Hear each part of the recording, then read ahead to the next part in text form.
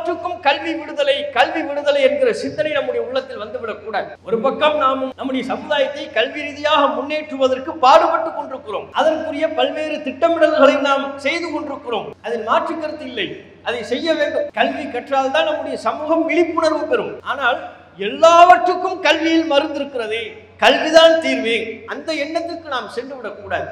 நம்முடைய மார்க்க சிந்தனையை பின்னுக்கு தள்ளிவிட்டு வெறுமனே கல்வியை மாத்திரம் முன்னிலைப்படுத்தக்கூடிய தன்மை நம்மிடத்தில் ஏற்பட்டுவிடக் கூடாது. தொழுகைதான் நம்முடைய ஏனைய மார்க்க பற்றி வெளிப்படுத்துகிற உறுதிப்படுத்துகிற முதல் கடிவாளம். தொழுகையை நாம் பற்றி பிடித்துக் கொள்வோமே ஆனால் தன்னியல்பாக நம்மிடத்தில் எல்லா விதமான மார்க்க பற்றும் வெளிப்பட ஆரம்பித்துவிடும். செல்போன் உள்ளவர்கள் பேஸ்புக் பார்க்க ஆரம்பிச்சா, வாட்ஸ்அப் பார்க்க ஆரம்பிச்சாங்கன்னா எவ்வளவு நேரம் பார்ப்பாங்க? செல்போன் வாட்ஸ்அப் பார்க்க ஆரம்பிச்சாருன்னா போய்கிட்டே இருப்பார். பேஸ்புக் பார்க்க ஆரம்பிச்சாருன்னா பார்த்துக்கிட்டே இருப்பார். 1 மணி நேரம் 2 மணி நேரம் போறதே தெரியாது. ஏதோ ஒரு சத்தம் கேட்டு போனை தொட்டு இருப்பாரு, பார்த்துக்கிட்டே இருப்பாரு. 3/4 மணி நேரம் கழிச்சதுக்கு அப்புறம் ஆமா இப்ப நம்ம எதுக்கு போனை எடுத்தோம், யாருக்கோ போன் பண்ணணும்னு நினைச்சமே மறந்துடும். அதுவே மறந்து விடக்கூடிய அளவிற்கு பேஸ்புக் பார்க்கறதுக்கு நேரம் செலவு பண்றாரு, வாட்ஸ்அப் பார்க்கறதுக்கு நேரம் செலவு பண்றாரு. அதற்கெல்லாம் மணிக்கணக்கில் நேரம் செலவு செய்யக்கூடிய நாம குர்ஆனை அரபு மொழியில் ஒரு நாளைக்கு ஒரு பக்கத்தை ஓதுவதற்கு ஒரு 5 நிமிஷம் திக்கி திணறி ஓதுனா கூட 10 நிமிஷம் தான், அதுக்கு மேல ஆகாது. 10 நிமிடம் நம்மால் செலவு செய்ய முடியாதா? குர்ஆனில் இருந்து ஒரு பக்கம் நான் ஓதுவேன், தினமும் ஓதுவேன். ஓத துவங்குங்க, அது உங்க வாழ்க்கையில மிகப்பெரிய மாற்றத்தை ஏற்படும். அதுவே உங்களை ஏனைய நன்மைகளை நோக்கி செய்ய தூண்டும். உங்களுக்கு நல்லறங்கள் எல்லாம் கண்ணுக்கு முன்னால் தெரியும். இயல்பாகவே தீமையை விட்டு விலகி நிற்பீர்கள், நல்லறங்களை நோக்கி ஈர்க்கப்படுவீர்கள்.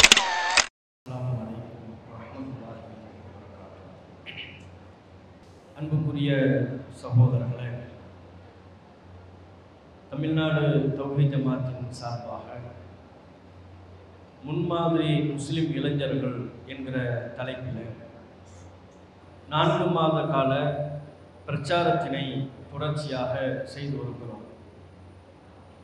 இதில் இளைஞர்கள் தொடர்பான பல்வேறு தலைப்புகள், கலந்துரையாடல், இது போன்று இளைஞர்களின் தரப்பிலிருந்து கருத்துக்களை பெறுவது, ஆலோசனைகளை பெறுவது, அதனை அடுத்தடுத்த காலகட்டங்களில் செயல்படுத்த முனைவது போன்ற பல்வேறு செயல் திட்டங்கள் இந்த 4 மாத கால செயல் திட்டத்தில் உள்ளடங்கி இருக்கிறது. இதில் பிரதானமாக நாம் என்ன புரிந்து கொள்ள வேண்டும் என்றால், இந்த உலகத்தில் நாம் வாழ்கின்ற பொழுது நமக்கு பொருளாதாரம் தேவைப்படுகிறது. அந்த பொருளாதாரத்தை திரட்டுவதற்கு கல்வி தேவைப்படுகிறது. கல்வியின் மூலமாகத்தான் நமக்கான அதிகாரத்தை பெற இயலும், நமக்கான உரிமையை பெற இயலும். குறைந்தபட்சம் நமக்கு இழைக்கப்படுகிற அநியாயங்களை தட்டி கேட்க முடியும். இதை நாம் நன்றாக புரிந்து வைத்திருக்கிறோம். நாம் அனைவரும் கல்வியினுடைய அவசியத்தை உணர்ந்து வைத்திருக்கிறோம். ஆனால் ஒன்றை நாம் மறந்துவிடக்கூடாது. இந்த உலகத்தில் பல்வேறு நன்மைகளை பெறுவதற்கு நமக்கு கல்வி முக்கியம், மாற்று கருத்து இல்லை. அது சார்ந்து நாம் பல நிகழ்ச்சிகளை நடத்தி கொண்டும் இருக்கிறோம், நீங்கள் அறிவீர்கள். ஆனால் எல்லா நிலையிலையும் நமக்கு இருக்க வேண்டியது மார்க்கப்பற்று. மார்க்கப்பற்று என்கிற ஒன்று இல்லை என்றால், மார்க்க தொடர்பு என்கிற ஒன்று இல்லை என்றால், நீங்கள் எவ்வளவு கல்விகளை பெற்றாலும் அந்த கல்வி நமக்கு பலனளிக்காது.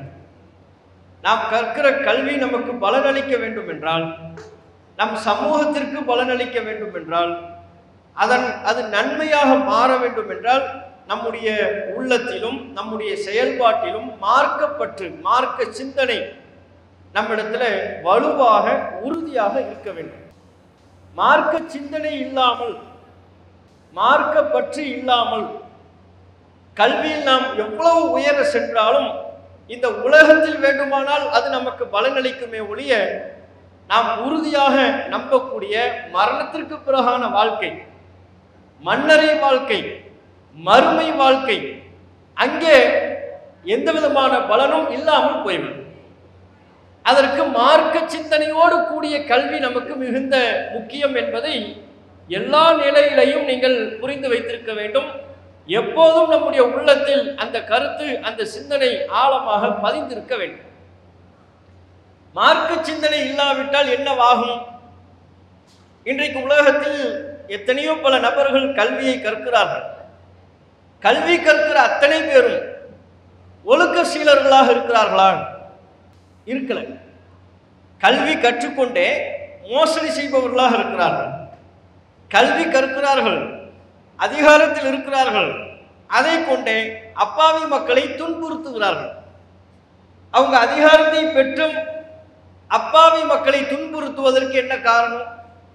பிறருக்கு அநீதம் இழைப்பதற்கு என்ன காரணம்? அண்மையில் கூட நீங்க ஒரு சம்பவத்தை கேள்விப்பட்டிருப்பீங்க. அஜித் குமார் என்கிற ஒரு இளைஞர் கோவில் காவலர். அவர் கோவில் காவலாளியாக வேலை பார்த்தார். ஒரு பெண் திடீரென்று ஒரு குற்றச்சாட்டு, என் நகையை இவர் திருடிட்டு போயிட்டாரு. அவரை போலீஸ் வருகிறது. தனிப்படை, போலீஸ்லேயே காவல்லையே யூனிஃபார்ம்லாம் இல்லாமல் 5-6 பேர் தனிப்படை என்று அதிகாரிகள் வைத்திருப்பார்கள். அந்த தனிப்படை வருகிறது. அவரை கூட்டிட்டு போய் அடி துன்புறுத்தி கடைசியில் அவர் லாக்அப் டெத்து என்று வார்த்தையில் சொல்கிறோம். சிறைக்கே செல்லவில்லை, அடித்தே துன்புறுத்தப்பட்டு கொல்லப்பட்டு விட்டார். அஜித் குமார் இறந்து விட்டார். அவரை கொலை செய்த நபர்கள் யார்? கல்வி அறிவு அற்றவர்களா? பள்ளி கல்லூரிகளுக்கு செல்லாதவர்களா? கல்வி அறிவு பெற்றவர்கள், அதிகாரத்தையும் அடைந்தவர்கள், காவலர்களாக, தனிப்படை காவலர்களாக பணிபுரிபவர்கள். ஆனால் அவர்கள் மூலம் ஒரு அப்பாவி இளைஞரின் உயிர் போய்விட்டது. என்ன காரணம்? அப்ப கல்வி என்பது நமக்கு மிகுந்த முக்கியம், அதில் மாற்று கருத்திற்கு இடமில்லை.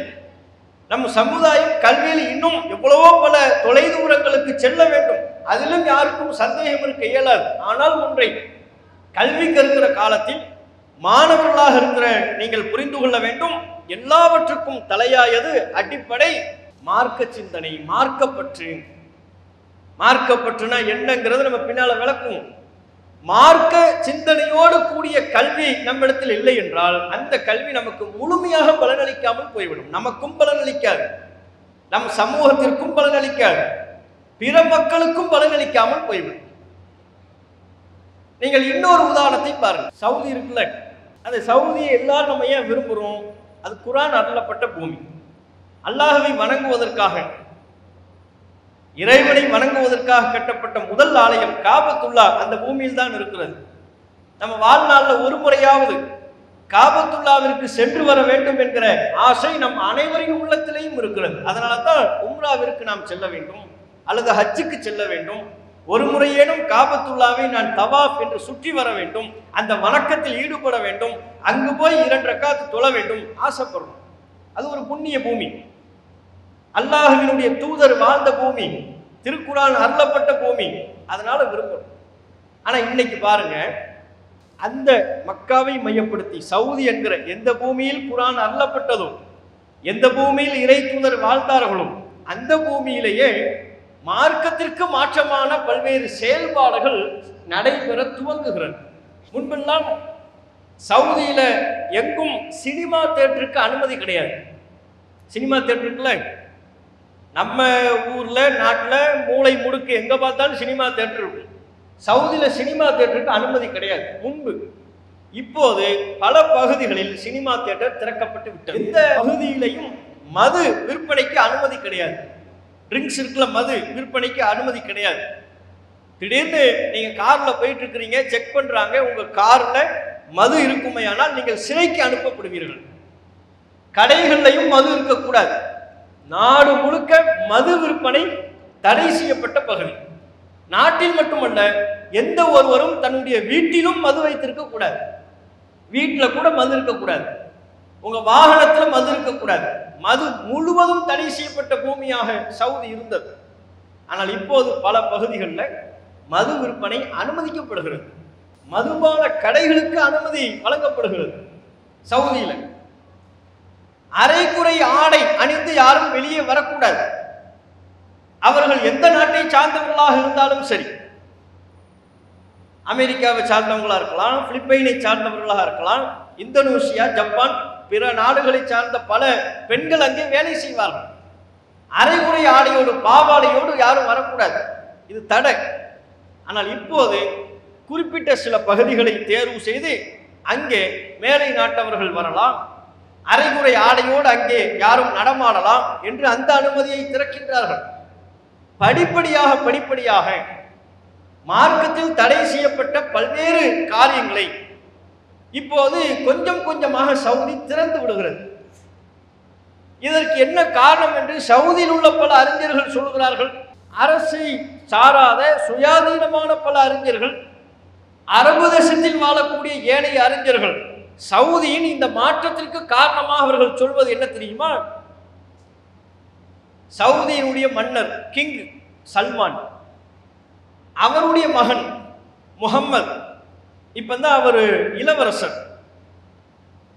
அந்த முகம்மது என்பவர் இப்ப சவுதியை ஆண்டு கொண்டிருக்கக்கூடிய இளம் மன்னர். அவர் அமெரிக்காவில் போய் படிச்சுட்டு வந்தார். எங்க படிச்சாரு? அமெரிக்காவில். மேலை நாட்டில் படித்து மேலை நாட்டின் கலாச்சார தாக்கத்திற்கு உள்ளாகி அந்த சிந்தனையை தம்முடைய ஆட்சியின் கீழ் பல்வேறு பகுதிகளில் வெளிப்படுத்துகிறார். இவர் மேலை நாட்டில் போய் சென்று படித்துவிட்டு வந்ததுதான் சவுதியின் மார்க்க அடையாளங்களை மாற்றுவதற்கு காரணம் என்று அரபுலக அறிஞர்கள் குற்றம் சாட்டுகிறார்கள். விளங்குதா? உங்களுக்கு புரியுதா நான் சொல்ல ஒரு விஷயம்? குர்ஆன் அருளப்பட்ட பூமியின் தன்மையை மாற்றுவதை அந்த பகுதியை நேசிக்கக்கூடிய அரபு மொழியை தாய்மொழியாக கொண்ட பல அறிஞர்கள் கண்டிக்கிறார்கள், வருத்தத்தை தெரிவிக்கிறார்கள்.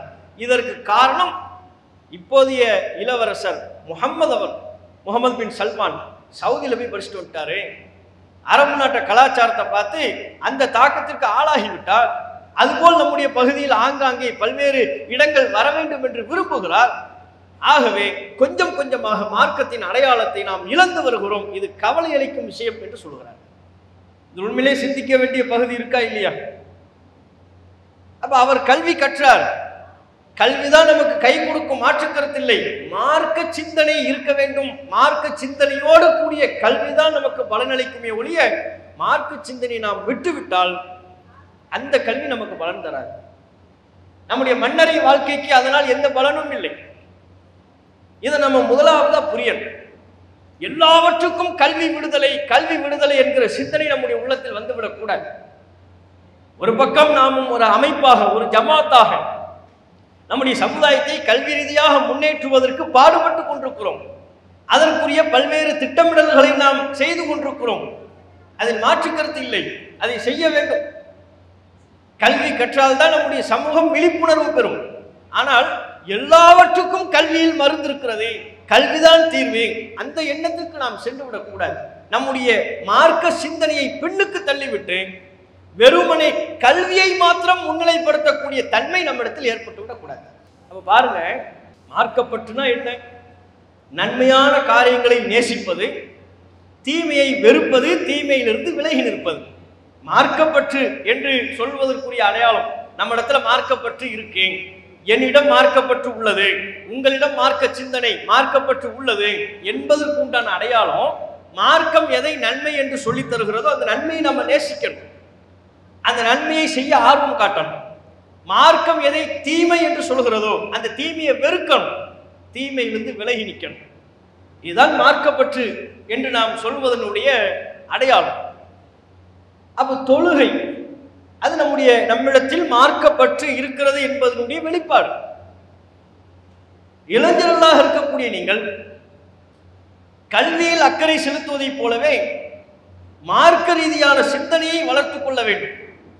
அதன் அடையாளமாக இருக்கக்கூடிய தொழுகையில் கவனம் செலுத்த வேண்டும். ஐவேளை தொழுகை ஜமாத்தாக தொழுவது ஆண்களுக்கு வலியுறுத்தப்படுகிறது. பள்ளி கல்லூரிகளில் படிக்கின்ற காரணத்தினால் ஜமாத்தாக தொழுவது, பள்ளிவாசலுக்கு சென்று தொழுவது நமக்கு வாய்ப்பில்லாமல் போனால் கூட தனியாக வேணும் தொழுது விட வேண்டும்.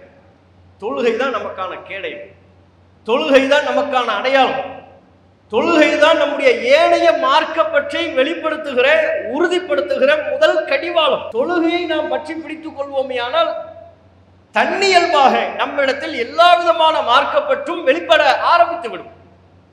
அதனால்தான் சொல்வார்கள், எவரிடத்தில் தொழுகை இல்லையோ அவருக்கு இஸ்லாத்தில் எந்த பங்கும் இல்லை என்று அரபு மொழியில் சொல்வார். நமக்கு இந்த இஸ்லாமிய மார்க்கத்தில் ஒரு பங்கு இருக்கிறது, ஒரு உரிமை இருக்கிறது என்பதை நிலைநாட்டுகிற அம்சம் தொழுகை. அதே போல குர்ஆனை ஓத தெரியலன்னா ஓத கற்றுக்கொள்ளணும். அதான் நமக்கு வழிகாட்டி. நாம் இந்த உலகத்தில் எப்படி வாழணும், நமக்கு எது நல்லது எது கெட்டது என்பதை சொல்லித் தருகிற இறைவனின் வேதம் குர்ஆன். அந்த குர்ஆனை நாம் அவசியம் ஓத கற்று வைத்திருக்க வேண்டும்.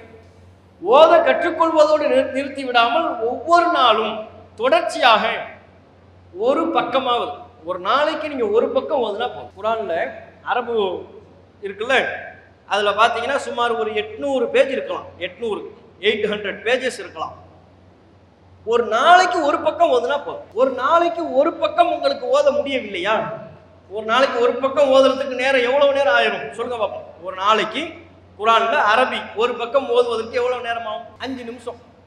அப்போ ஒரு நாளைக்கு அல்லாஹ்வின் வேதத்தை ஓதுவதற்கு, அதன் மூலம் நன்மைகளை சம்பாதிப்பதற்கு 5 நிமிடம் நம்மால் ஒதுக்க முடியாதா? ஒரு நாளைக்கு 5 நிமிஷம். செல்போன் வச்சிருக்கிறீங்களா எல்லாரும்?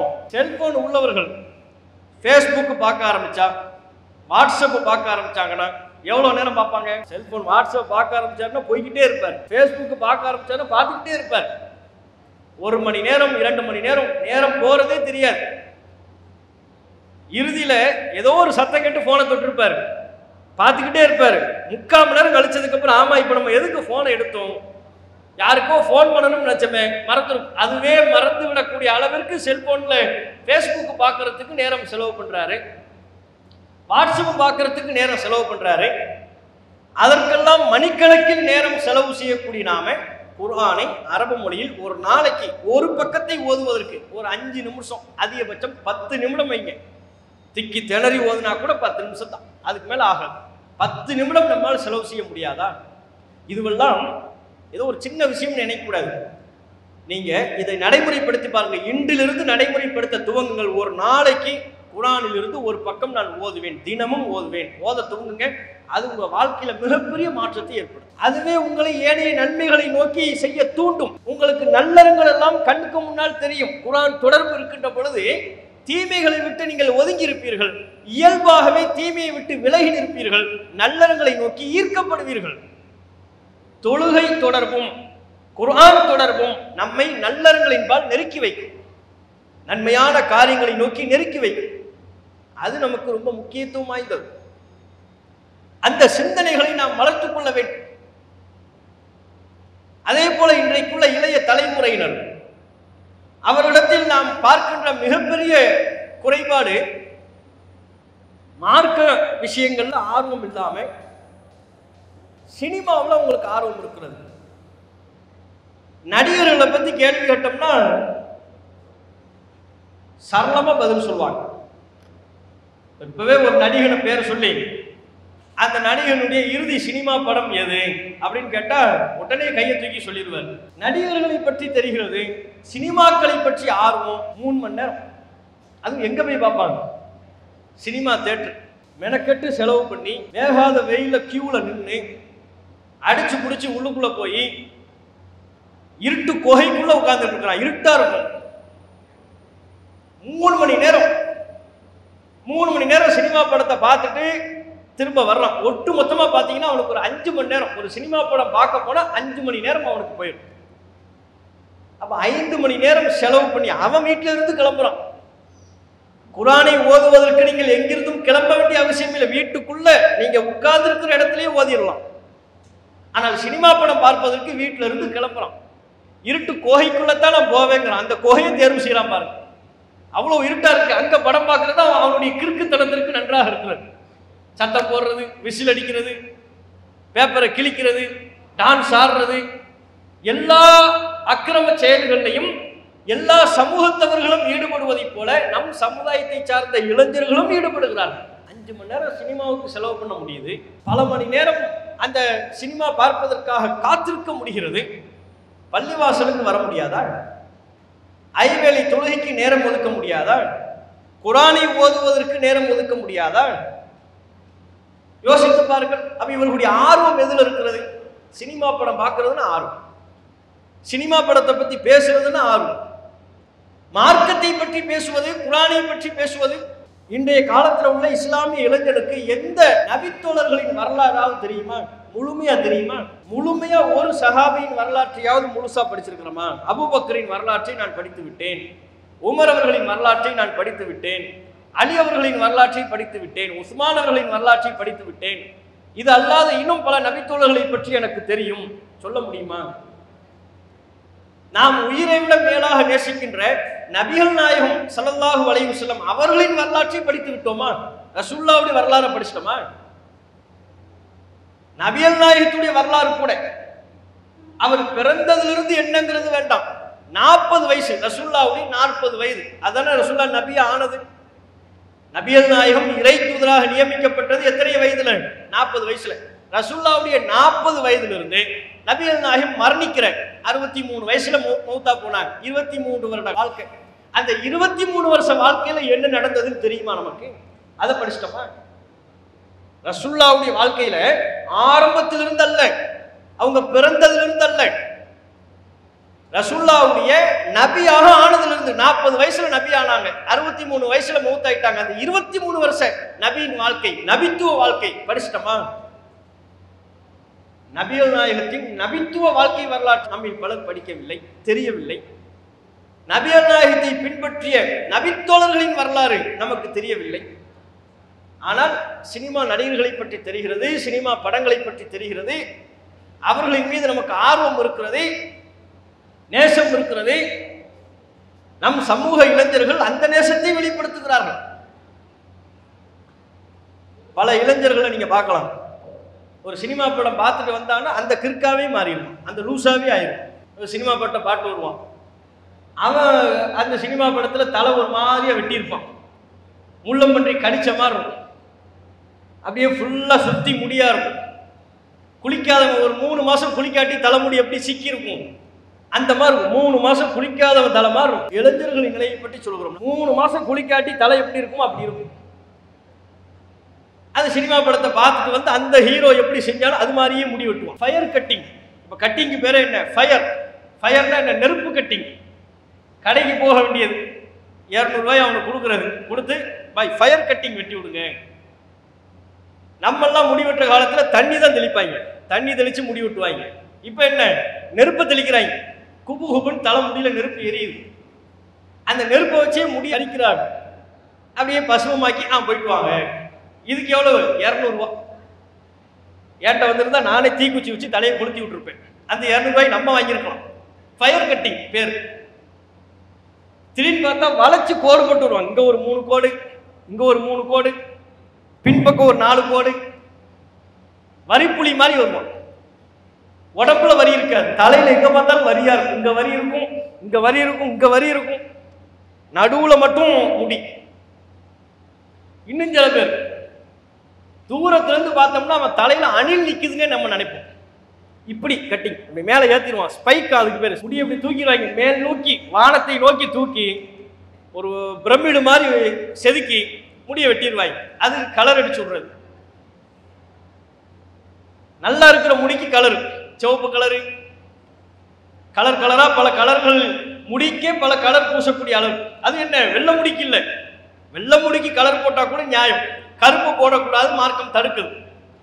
ஒருத்தருக்கு வெள்ளை முடி இருக்குன்னா அவர் கலர் பூசலாம், தப்பு இல்லை. ஆனா அந்த கலர் கருப்பு கலரா இருக்கக்கூடாது.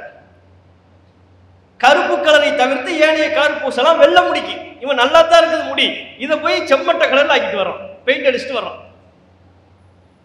இது எல்லாமே எதனுடைய தாக்கம்? நம் சமூக இளைஞர்களும் இத்தகைய சீரழிவில் சிக்கி கொண்டிருக்கிறார்கள் என்றால் இது எதனுடைய தாக்கம்? திடீர்னு பார்த்தா கையில் ஒரு பெரிய கயிறு கட்டியிருப்பார். இப்படி எப்படி அதை வச்சு இங்கிருந்து அங்கே வரையும் லைன் கொடுத்துடலாம். அவன் கையில் உள்ள கயிறு அவுத்துட்டோம்னு வைங்க, இங்கே ஆரம்பிச்சு அங்கே வரையும் ஒரு கொடியை கட்டி அவங்க வீட்டில் உள்ள அம்மா அக்காட்ட சொல்லி அவங்க துணியை காய போடலாம். அந்த அளவுக்கு பெரிய கயிறு கையில் கட்டியிருப்பான்.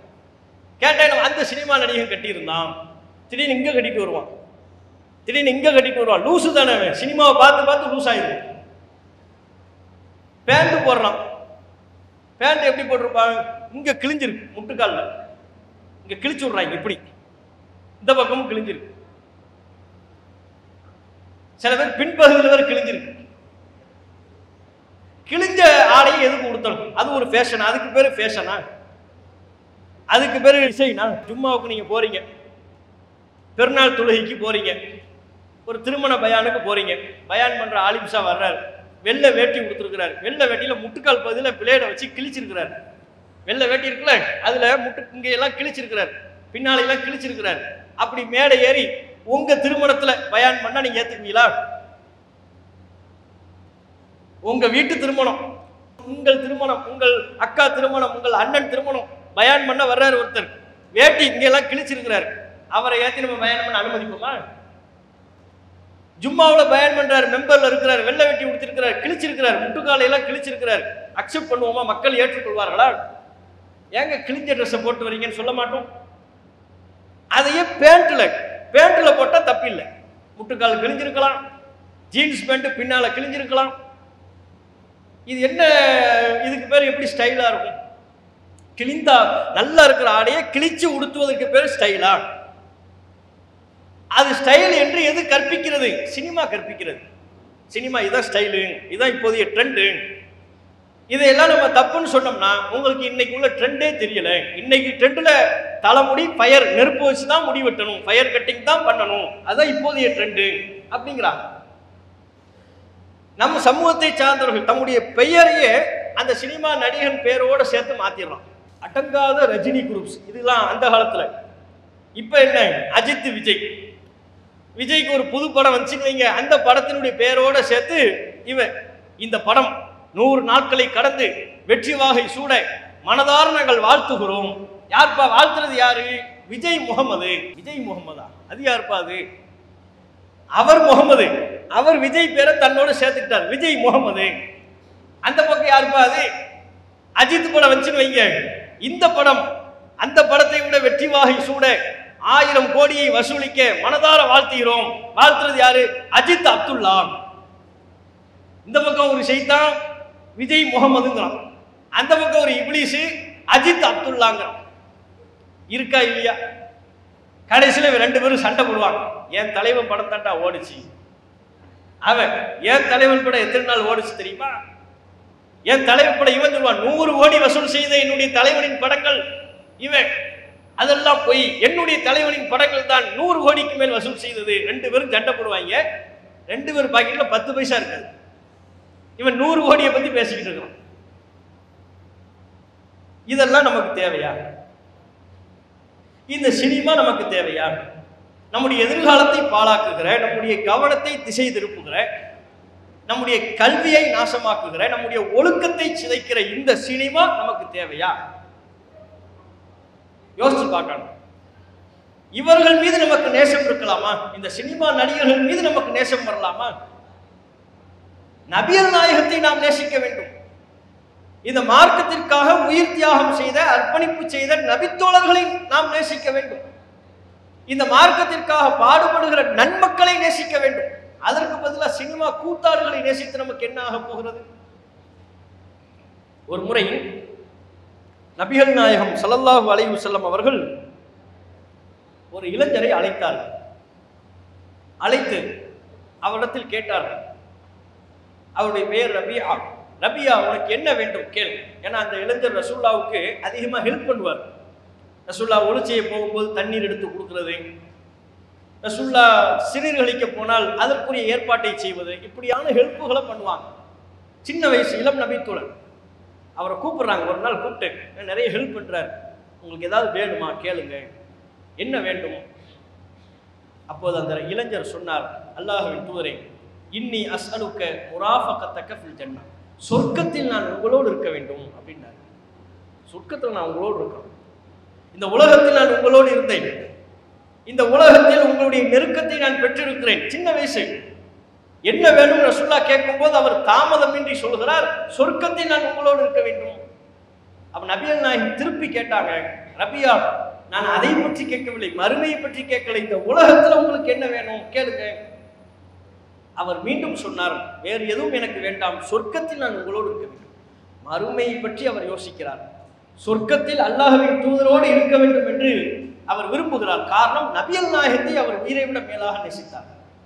இந்த உலகத்தில் நபிகள் நாயகத்தோடு நெருக்கமாக இருந்ததை போல மறுமையிலும் சொர்க்கத்தில் நபிகள் நாயகத்தோடு இருக்க வேண்டும் என்று விரும்புகிறார்.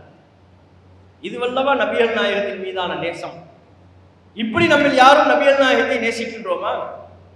சொர்க்கத்தில் இறைவா நான் நபிகள் நாயகத்தோடு இருக்க வேண்டும் என்கிற துவாவை நம்ம எத்தனை பேர் செய்திருப்போம்? அப்ப ரசூல்லா மீதான நேசம் நம்முடைய உள்ளத்தில் வர வேண்டும்.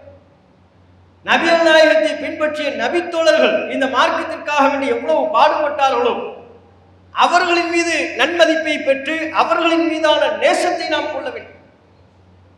அதெல்லாம் எப்போ வரும்? ரசூல்லா மேல நேசம் உங்களுக்கு எப்போ வரும்? சினிமா பார்த்தா வருமா? ஃபேஸ்புக் வாட்ஸ்அப்லேயே பல மணி நேரங்களை கழித்தால் வருமா? உலக இன்பங்களின் மீது மாத்திரமே நம்முடைய கவனம் இருக்கும் என்றால் வருமா? வராது. நபிகள் நாயகத்தின் மீது உங்களுக்கு நேசம் வர வேண்டும் என்றால் நீங்கள் நபிகள் நாயகத்தின் வரலாற்றை ஒரு முறையேனும் படிக்க வேண்டும்.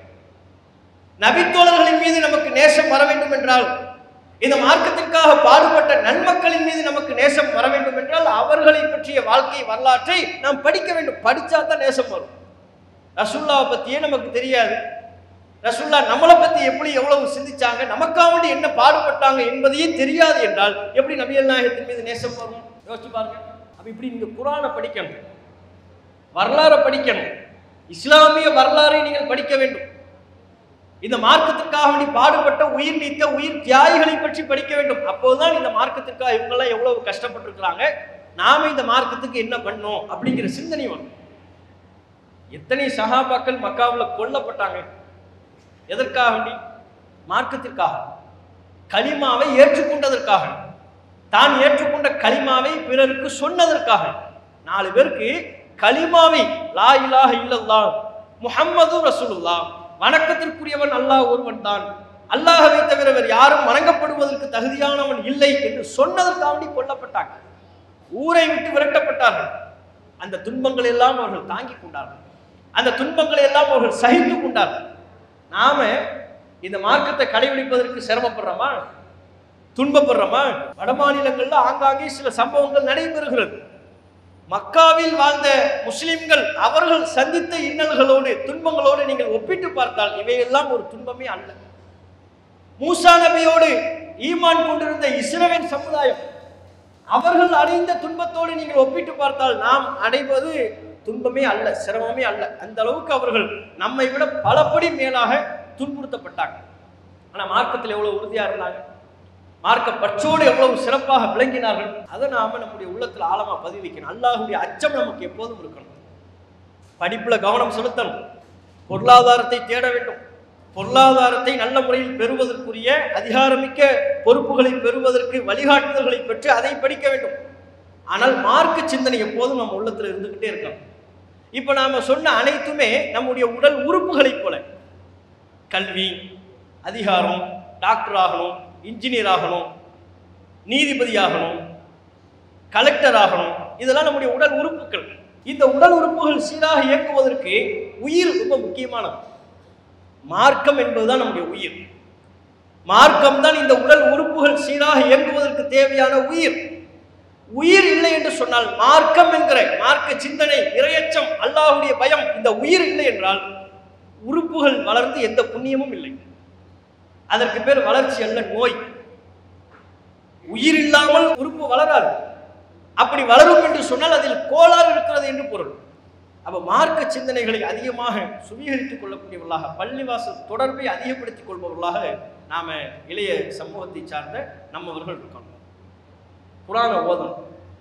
டெய்லி அரபியில ஓதுவதை போல தமிழிலும் நீங்கள் படிக்க வேண்டும். ஹதீஸ் புத்தகங்களை நீங்கள் படிக்க வேண்டும். அதில் நபிகள் நாயகம் வரலாறு தொடர்புடைய செய்திகளை படித்து படிப்பினை பெற வேண்டும். அதெல்லாம் தான் அல்லாஹ்வுடைய அச்சம் இருந்தால் தான் நம்ம வாழ்க்கையில் நம்ம ஒழுக்கமா இருக்கும். இன்னைக்கு நம் வயசுல உள்ளவங்க பல பேர் பல தவறுகள், சீர்கேடுகளுக்கு போறது காரணம் அல்லாஹ்வுடைய அச்சம் இல்லாமல். கல்லூரிகளில் படிக்கும்போது பெரும்பாலும் அவர்கள் சிக்கிக் கொள்வது ஆண் பெண் தொடர்பு, தவறான தொடர்பு. அந்த ஆண் பெண் தவறான தொடர்புக்கு அவர்கள் வைத்திருக்கக்கூடிய பெயர் லவ், காதல். அதுக்கு பேர் என்ன பேரு? காதல். கேட்டா சொல்லுவார் காதல் புனிதமானது என்பார். காதல் டயலாக்லாம் அடிப்பார், காதல் புனிதமானது. ஏன் இந்த டயலாக்லாம் வருதுன்னா, சினிமா பார்த்து ஆம்பளைனா லவ் பண்ணணும், ஹீரோயிசம்னா லவ் பண்ணணும் அப்படின்னு காட்டிடுவாங்க. லவ் பண்ணணும்னா என்ன? பொம்பளை பின்னால போகணும், அந்த பொம்பளை எங்கெல்லாம் போகிறாலும் அங்கேயெல்லாம் போகணும், ஸ்கூலை கட்டடிக்கணும், அவங்க கூட சேர்ந்து சினிமாவுக்கு போகணும், பீச்சுக்கு போகணும், அவங்க ஃபோன் நம்பரில் பேசணும், இன்ஸ்டாகிராம ஃபேஸ்புக்கில் சாட் பண்ணணும். இதெல்லாம் ஹீரோயிசம், ஆண்மைக்கான தன்மை அப்படின்னு சினிமாவில் தொடர்ச்சியாக காட்டி வந்திருக்கிறாங்க. அதெல்லாம் தப்பு இல்லை அப்படின்னு காட்டி வந்திருக்கிறாங்க. அதில் போய் நம்ம சமுதாய மக்களும் சிக்கிக் கொள்கிறாங்க. இருக்கா இல்லையா? காதலர் தினம்ங்கிற பேரில் பிப்ரவரி 14 வந்துருச்சுன்னா நம்ம சமூகத்தில் உள்ள இளைஞர்களே பைக் எடுத்துக்கிட்டு அங்கேயும் இங்கேயுமா சுற்றிக்கிட்டு இருப்பாங்க. கும்பல் கும்பலாக ஜோடி ஜோடியாக போவாங்க. பின்னால் உள்ளவங்க பார்த்தா ஃபுல்லாக புர்கா போட்டுக்கிட்டு இருப்பாங்க. புர்கா போட்டதுக்கு மார்க்கப்பற்றா இறையச்சத்தின் வெளிப்பாடா? பக்கத்தில் தன் அண்ணன் தம்பி பார்த்தா கூட தன்னை அடையாளம் தெரியக்கூடாது என்பதற்காக வேண்டி முகத்தை மூடிக்கொள்கிறார். முகத்தை மூடுவதற்கு மார்க்கத்தில் அனுமதி இருக்காது. மார்க்கத்தில் அப்படி கிடையாது. மார்க்கம் சொல்வது தலையை மறைக்க வேண்டும், கைப்பகுதியை மறைக்க வேண்டும், இதுவரையிலே காலம் மறைக்கணும், அவ்வளவுதான். இதை மார்க்கம் சொல்லுது. முகம் வெளியே தெரிந்திருக்க வேண்டும். சஹாபி பெண்மணிகள் முகம் தெரிந்த நிலையில் தான் இருந்தார்கள். முகம் தெரிகிறது தான் நமக்கு நல்லது, இந்நாளும் தெரியும். ஆனா இன்றைக்கு நம்ம சமுதாயத்தில் முகத்தை மறைத்து கொள்ளக்கூடிய ஒரு சிலர், முகத்தை மறைக்கிற அனைவரும் அல்ல, பல பேர் முகத்தை மறைப்பதற்கு நம்ம முகத்தை யாரும் பார்க்க வேண்டாம் நினைக்கிறாங்க. நல்லெண்ணத்தின் பேர்ல முகத்தை மறைக்கிறாங்க, அது தனி. ஆனால் ஒரு சிலர் முகத்தை மறைப்பது, குறிப்பா பள்ளி கல்லூரிகளில் படிக்கக்கூடிய மாணவிகள் ஒரு சிலர் முகத்தை மறைப்பது எதற்கு? அந்நிய ஆணோட பைக்ல போறாங்க, முகத்தை மறைச்சிக்கிறாங்க, யாருன்னே தெரியல. அப்ப இந்த ஆண் பெண் தொடர்புல நாம ஒரு ஒழுக்கத்தை கடைபிடிக்கணும். சுய ஒழுக்கம் என்பது ஒரு முஸ்லிமுக்கு ரொம்ப ரொம்ப முக்கியத்துவம் வாய்ந்தது. மார்க்கம் சொல்லக்கூடிய ஒழுக்க மாண்புகளை, பெண் விஷயம் என்றால் தூர நிற்கணும். அந்நிய பெண்ணால் மார்க்கம் நமக்கு என்ன லிமிட், எந்த அனுமதியை தந்திருக்கிறதோ அந்த அனுமதிக்குள்ளாக நிற்க வேண்டும். அது நம்முடைய பள்ளியில் இருந்தாலும் சரி, கல்லூரிகளில் படிக்கிற மாணவிகளாக இருந்தாலும் சரி, நம்முடைய நெருங்கிய உறவு பெண்களாக இருந்தாலும் சரி, அந்நிய பெண்மணி என்றால் மார்க்கம் எனக்கு சொல்லக்கூடிய ஒழுங்குமுறை என்ன? மார்க்கத்தில் என்ன? எந்த அந்நிய பெண்மணியும் நாம தொடக்கூடாது. அப்போ பிற சமூகத்தில் சர்வ சாதாரண ஆண்கள் பெண்கள் கை கொடுக்குவாங்க, இஸ்லாத்தில் கை கொடுக்க கூடாது, அதுல தெளிவா இருக்கும். மார்க்கத்தில் என்ன? எந்த அந்நிய ஆணும் அந்நிய பெண்மணியும் தனித்திருக்க கூடாது. ஆனால் இன்றைக்கு பள்ளி கல்லூரிகளில் படிக்கிற மாணவர்கள் தனித்திருப்பதற்காகவே எங்கேயாவது ஊருக்கு போறது, பீச்சுக்கு போறது தனித்திருப்பதற்காகவே, மகாபலிபுரம் போறது தனித்திருப்பதற்காகவே, பாண்டிச்சேரி போறது தனித்திருப்பதற்காகவே. அதையும் தாண்டி அதெல்லாம் முடியல, வாய்ப்பு இல்லைன்னா ஃபேஸ்புக்ல, போன்ல, வாட்ஸ்அப்ல தனித்திருப்பார், வாட்ஸ்அப்ல பேசிக்கிட்டு இருப்பார். கரெக்டா இவர் பேசுறது என்ன? இவருக்கு அன்லிமிட்டெட் நெட்டு கேட்பார். எதுக்கு? ட்ரம்ப் கூட பேசுறதுக்கா? இவருக்கு எதுக்கு? கல்லூரி படிக்கிற இவருக்கு எதுக்கு அன்லிமிட்டெட் நெட்டு? அதுவும் கரெக்டா இந்த அன்லிமிட்டெட் நெட்டு எப்பதான் ஏற்றுவாரு? நைட்டு 12 மணிக்கு தான் ரீசார்ஜ் பண்ணுவாரு. 12 மணிக்கு நீ ரீசார்ஜ் பண்ணி என்னப்பா பார்க்க போற? 12 மணிக்கு ரீசார்ஜ் பண்ணி யார்கிட்ட பேச போறேன்? என்ன பார்க்க போறேன்? தமிழக முதல்வரோட பேச போறியா? அப்ப இவனுடைய நோக்கம் தெரிகிறதா? 12 மணிக்கு ரீசார்ஜ் பண்ணி 1 மணிக்கு அந்த பெண்ணுக்கு மெசேஜ் போடுவாரு, வாட்ஸ்அப்ல வரவழைச்சு பேசிக்கிட்டு இருப்பாரு. இதெல்லாம் நம் சமூகத்தில் சர்வ சாதாரணமா நடக்கும். இதெல்லாம் தவறு இல்லை, குற்றம் இல்லை, பாவம் இல்லை என்று நினைக்கிறார்கள். பெரிய பாவம். மார்க்கத்தில் தடுக்கப்பட்டிருக்கிற காரியங்களை அற்பமாக நினைப்பதே பெரிய பாவம். இதெல்லாம் ஒரு தப்பா, இதெல்லாம் ஒரு பெரிய விஷயமா நினைக்கிறதே பெரிய பாவம். அப்ப இப்படியான ஒழுக்க மாண்புகள் நபிகள் நாயகம் ஸல்லல்லாஹு அலைஹி வஸல்லம் அவர்கள் வரலாற்றை நம்ம ஏன் படிக்க சொன்னோம்? ரசூலுல்லாஹ் பாருங்க, நபி ஆவதற்கு முன்னால, நபி ஆனது 40 வயசு, அதுக்கு முன்னால மக்காவில் விபச்சாரம் சர்வ சாதாரணம். யார் விபச்சாரம் பண்ணாலும் குற்றப்படுத்த மாட்டாங்க, தப்பே இல்லை. ஆனால் அந்த காலகட்டத்திலேயே நபிகள் நாயகம் விபச்சாரத்திலிருந்து ஒதுங்கி இருந்தார். அதான் ஒழுக்கம், சுய ஒழுக்கம். நபிகள் நாயகம் வாழ்ந்த சமூகம் மதுவை சர்வ சாதாரணமாக அருந்தி கொண்டிருந்தார்கள். மது குடிப்பது அன்றைய காலத்தில் தவறே இல்லை. இஸ்லாம் தான் பிற்பாடு அதை தடை, ஹராம் என்று சொன்னது. ஆனால் சர்வ சாதாரணமாக எல்லோர் வீட்டிலேயும் மது இருந்த காலத்திலேயே நபிகள் நாயகம் தம்முடைய இளமை பருவத்தில் மதுவிலிருந்து விலகி இருந்தார்கள். சுய ஒழுக்கம். அந்த சுய ஒழுக்கத்தை நாம் நம்முடைய வாழ்க்கையில கடைபிடிக்கணும். நான் அடுத்தவங்களை பத்தி புறம் பேச மாட்டேன், பொறாமப்பட மாட்டேன், அந்நிய பெண்களோட தகாத தொடர்பை நான் ஏற்படுத்திக் கொள்ள மாட்டேன், அவர்களோடு செல்போன்ல சாட் பண்ணுவது, தவறான பேச்சுக்களை தொடர்வது செய்ய மாட்டேன். என்னுடைய படிக்கிற காலத்துல நான் படிப்பில் கவனம் செலுத்துவேன். மீதமுள்ள நேரத்தில் தொழுகை, பள்ளிவாசல் தொடர்பு, இது போன்ற மார்க்க சபைகள், சமுதாய போராட்டங்கள், ஆர்ப்பாட்டங்கள் என்று என்னுடைய வாழ்வை நான் திட்டமிடுவேன். கல்வியின் மீது நாட்டம் கொண்டு அடுத்து நான் என்ன படிக்க வேண்டும், எந்த குரூப்பை நான் தேர்வு செய்தால் என்னுடைய எதிர்காலம் பிரகாசமாக இருக்கும், 4 பேர்கிட்ட கேட்பேன், கல்வியாளர்கள்ட்ட கேட்பேன், அதற்கு தக்க என்னுடைய படிப்பை நான் அமைத்துக் கொள்வேன். இப்படியான ஒரு சிந்தனை தெளிவோடு இருக்கணும். இளைஞர்கள் உருவாகும் பொழுது சிந்தனை தெளிவோடு உருவாகணும். அதெல்லாம் நம்ம சமுதாயத்தில் இல்லை, குறைவா இருக்கு. இவர் +2 வரையும் படிச்சுக்கிட்டே வருவார், +2 வரும்போது அதுக்கப்புறம் தான் அந்த கடைசி கட்டத்தில் தான் முடிவெடுப்பார். இப்போ கேட்பார், இப்போ நான் என்ன படிக்கலாம்? இது 8வது வகுப்புல யோசிச்சா என்ன, 10ஆம் வகுப்பிலேயே முடிவு செய்தால் என்ன, நான் என்னவாக ஆக வேண்டும் என்கிற லட்சியம் கனவு நமக்கு இல்லை என்று சொன்னால் நம்ம எப்படி படிப்போம்? எப்படி சரியான ரூட்ல போவோம்? 10ஆம் வகுப்பு படிக்கிற ஒரு மாணவன்ட்ட, நம்ம சமூகத்தை சார்ந்த ஒரு மாணவன்ட்ட நீ என்னவாக ஆக விரும்புகிறாய் கேளுங்க, இனிமே தான் நான் முடிவெடுக்கணுமா? இனிமே தான் நான் முடிவெடுக்கணும். எப்பமா முடிவெடுக்க போற? +2 முடிச்சுட்டு தான் முடிவெடுப்பார். +2 முடிச்சுட்டு எப்படி நீ முடிவெடுப்ப? அதுக்கப்புறம் எந்த லட்சியமும் இல்லாம +2 படிச்சு அதுல எதையோ ஒரு குரூப்பை தேர்வு செய்து அதுல மார்க்கை கம்மியா வாங்கிட்டு அதுக்கப்புறம் உட்கார்ந்துக்கிட்டு நான் பெரிய டாக்டர் ஆகணும், டாக்டர் படிக்கிற குரூப்பை தேர்வு பண்ணியா, நான் கலெக்டராக ஆக வேண்டும், அதற்கு தக்க மார்க் எடுத்தியா? அப்ப சமுதாய சிந்தனை, என்னுடைய இந்த கல்வியை நான் எந்த வகையில் சமூகத்திற்கு பயனுள்ளதாக மாற்ற வேண்டும் என்கிற சிந்தனையோடு, சிந்தனை தெளிவோடு நாம் நம்முடைய எதிர்காலத்தை அமைத்துக் கொள்ள வேண்டும். இறுதியாக ஆரம்பத்தில் குறிப்பிட்டதை போல எல்லாவற்றுக்கும் அடிப்படை மார்க்கம், அல்லாஹுடைய நேசம், அல்லாஹுவின் தூதர் நபிகள் நாயகத்தின் மீது உள்ள நேசம். இப்ராஹிம் அலைஹிஸ்ஸலாம் அவர்களின் மகன் இஸ்மாயில் அலைஹிஸ்ஸலாம் அவர்களை எடுத்துக்கொள்ளுங்கள். உங்களை போன்ற இளைஞர்களுக்கு ஒரு மிகச்சிறந்த ரோல் மாடல். அல்லாஹுவின் உத்தரவு அதுதான் தனக்கு முக்கியம் என்று அவர் நினைத்தார். உன்னை அறுத்து பலியிடப் போகிறேன் என்று சொன்ன பொழுது அவரிடமிருந்து வெளிப்பட்ட உடனடி வார்த்தை, அல்லாஹுவின் உத்தரவு என்றால் அதை செய்யுங்கள், நான் பொறுமையாக இருப்பேன் என்றார். பொறுமையா இருப்பேன், உறுதியா இருப்பேன். அல்லாஹ்வின் உத்தரவுனா என் உயிரை நான் அர்ப்பணம் செய்வதற்கும் தயார். இஸ்மாயில் அலைஹிஸ்ஸலாம் அவர்களுடைய ஒரு இளைஞர், அவரை போல அல்லாஹ்வினுடைய உத்தரவுக்கு மதிப்பளிக்கக்கூடிய, நபிகள் நாயகத்தின் உத்தரவுக்கு மதிப்பளிக்கக்கூடிய முஸ்லிம்களாக நாம் உருமாற வேண்டும். அதற்கேற்ப நம்முடைய சிந்தனைகளை வளர்த்துக் கொள்ள வேண்டும். நம்முடைய தொடர்புகளை, நம்மளை சுற்றி உள்ள நண்பர்களை நல்ல நண்பர்களாக இருக்கணும். கூட இருக்கிறவன்லாம் இப்லீஸ் ஷைத்தான், அந்த குரூப்ல போய் நம்ம சேர்ந்தோம்னா நம்மளும் ஷைத்தானா மாறிடும். நம்ம நல்லா இருப்போம், கூட உள்ளவன் தான் கேட்பான், நாளைக்கு ஞாயிற்றுக்கிழமை ஒரு பக்கத்துல சினிமா படம் ஓடுது வருதியாப்பா?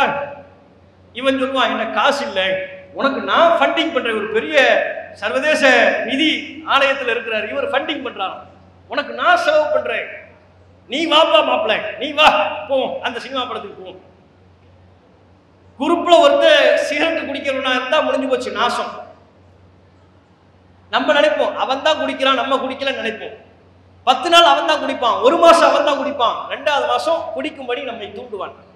நீ ஒரு குடிச்சு பாரு, இல்லப்பா வேண்டாம் எனக்கு சரிப்பட்டு வராது, சும்மா குடிப்பா, குடிச்சு இருமல் வரும், கிளாஸ் நடத்துவான், அவன் தான் ஆசிரியர். ஆரம்பத்தில் அப்படித்தாண்டா வரும், எது இருமல் அப்படித்தான் வரும், போக போக சரியாயிடும், நீ குடி. தீய பழக்க வழக்கங்கள் பெரும்பாலும் நம்முடைய தீய நண்பர்களின் புறத்திலிருந்து தான் நமக்கு ஏற்படுகிறது. உங்களுக்கு எனக்கு ஒரு தீய பழக்கம் இருக்குன்னா நான் பழகிய தீய நண்பர்கள் இருந்து எனக்கு அந்த பழக்கம் வந்துவிட்டது. உங்களிடத்தில் ஒரு தீய பழக்கம் இருக்கிறது, உங்கள் நண்பர்களுக்கு ஒரு தீய பழக்கம் இருக்கிறது என்றால் அவர்களை சுற்றி உள்ள நபர்கள்ட்ட தான் அது வருது. எது ஒன்றையும் நல்லதோ கெட்டதோ நம்மை சுற்றி உள்ளவர்கள்ட்ட தான் நம்ம படிக்கிறோம். அப்ப என்ன செய்யணும்? சுற்றி உள்ளவர்களை நல்ல நபர்களாக நம்ம தேர்வு செய்யணும். நல்லவர்களின் சபையில் அமர்வதை நாம விரும்பணும். பள்ளியில் இருக்கிறோம், கல்லூரியில் இருக்கிறோம், முடிச்சுட்டு வெளியே வர்றோமா பள்ளிவாசலுக்கு போவோம், அந்த அவங்க எப்போ பார்த்தாலும் அல்லாஹ் சொல்லுவாங்க, அந்த அவங்களோட உட்கார்ந்துப்போம். இவர் நமக்கு தௌஹீதை பற்றி சொல்வார், இந்த இளைஞர்களோடு அமர்வோம், அவர்களிடமிருந்து ஒரு 4 நல்ல செய்திகளை கற்றுக்கொள்வோம். இளம் வயதிலேயே இன்றைக்கு நாம் பல நபித்தோழர்களை, இப்னு அப்பாஸ் ரலியல்லாஹு அன்ஹு, இப்னு உமர் ரலியல்லாஹு அன்ஹு, அப்துல்லா பின் சுபைர் ரலியல்லாஹு அன்ஹு, இப்படி பல நபித்தோழர்கள் இருக்கிறார்கள் அல்லவா இளைஞர்கள். அவங்க தம்முடைய இளம் வயதுல அதிகமா ரசூலுல்லாஹ்வுடைய சபையில் இருந்தவர்கள். அவங்க வயசுல வெளியே தம்முடைய நண்பர்களோடு சுற்றி திரிந்து கொண்டிருக்கலாம், அந்த வாழ்வை அவர்கள் தேர்வு செய்யவில்லை. மஸ்ஜிது நபவி ரசூலுல்லாஹ்வுடைய பள்ளிவாசலை தேர்வு செய்தார்கள், நபிகள் நாயகத்தின் சபையை தேர்வு செய்தார்கள். அதனால தான் இன்னைக்கு நாம் அவங்க பேரை சொல்லும் போதெல்லாம் ஒரு பெரும் மதிப்போடு அவருடைய பெயரை சொல்கிறோம். மார்க்கத்திற்காக அவர்கள் செய்த உழைப்பை நாம் எண்ணி பார்க்கிறோம் என்றால் அவர்கள் தேர்வு செய்து கொண்ட சபை அப்படிப்பட்டது. நல்லவர்களின் சபையை தேர்வு செய்தார்கள், நபிகள் நாயகத்தின் சபையை தேர்வு செய்தார்கள், சிறந்த ஆகச் சிறந்த நபித்தோழர்களின் சபையை அவர்கள் தேர்வு செய்தார்கள். நாம இன்னைக்கு நபிகள் நாயகம் இல்லை, நபித்தோழர்கள் இல்லை, நம்ம யாரை நம்மை விட சிறந்தவரா யாரை பார்க்கணும்? இவர் தொழுகையாளி, அவரோட நான் இருப்பேன். என்னிடத்தில் சில தொழுகை குறைபாடு இருக்கலாம், அவரோடு நான் பழகும் பொழுது அந்த பண்பு என்னிடத்தில் வந்து விடாதா எதிர்பார்க்கணும். இவர் உண்மையாளர், பொய் பேச மாட்டார், அடுத்தவரை பற்றி புறம் பேச மாட்டார், ஆகவே நான் இவரோடு பழகுவேன். என்ன காரணம்? அவருடைய உண்மை, அவருடைய அந்த சிறந்த குணம் என்னிடத்தில் ஒட்டி கொள்ளாதா? அந்த விருப்பத்தோடு நல்ல நண்பர்களை நாம் தேர்வு செய்ய வேண்டும். நாமும் நல்லவர்களாக இருந்தால்தான் நம்மை நண்பர்களாக தேர்வு செய்வார்கள். இதை புரிந்து கொண்டு மார்க்க சிந்தனையோடு வளரக்கூடிய நன்மக்களாக அல்லாஹ் ரப்பல் ஆலமீன் நம் அனைவரையும் ஆக்கி அருள் புரிவானாக என்று கேட்டு என்னுடைய உரையை நிறைவு செய்து கொள்கிறேன். அஸ்ஸலாமு அலைக்கும் வரஹ்மத்துல்லாஹி வபரகாத்துஹு. அல்லாஹு அக்பர், அல்லாஹு அக்பர்.